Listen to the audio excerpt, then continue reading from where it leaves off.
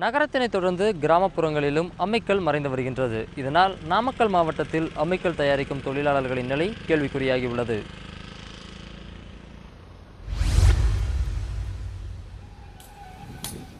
நாமக்கல் மாவட்டத்தில் சுமார் 60 ஆண்டுகளாக அம்மிக்கல், ஆட்டுக்கல் தயாரிக்கும் தொழிலில் 1000க்கும் மேற்பட்டோர் ஈடுபட்டு வருகின்றனர்.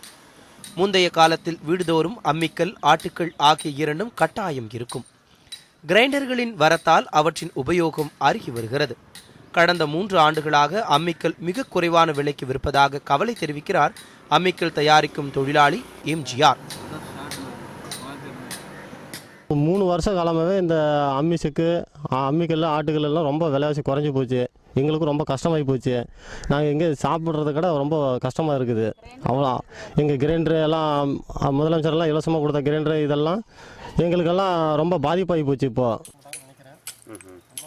தற்போது புதுமனை புகு விழாவிலும் திருமண நிகழ்ச்சிகளிலும் மட்டுமே அம்மிக்கல்லை காண முடிவதால் இந்த தொழிலை நம்பியுள்ள தொழிலாளர்களின் வாழ்வாதாரம் கேள்விக்குறியாகிவிட்டது. எங்கள் தாத்தங்காலத்துலேருந்து எங்கள் அப்பங்காலத்துலேருந்து நாங்கள் இங்கே தான் இருக்கிறோம். அப்போல்லாம் வேலை இருந்தது, வியாபாரம் இருந்தது உரல் அம்மிக்கல்லுக்கு. இப்போ வியாபாரமே இல்லை, 1-2 ஓட மாட்டேங்குது. இதனால் அம்மிக்கல் தொழிலாளர்கள் காலமாக செய்து வந்த தொழிலை விடுத்து மாற்று வேலை வாய்ப்பை தேட வேண்டிய நிலைக்கு தள்ளப்பட்டுள்ளனர். ஸ்ரீதர், நியூஸ் 7 தமிழ், நாமக்கல்.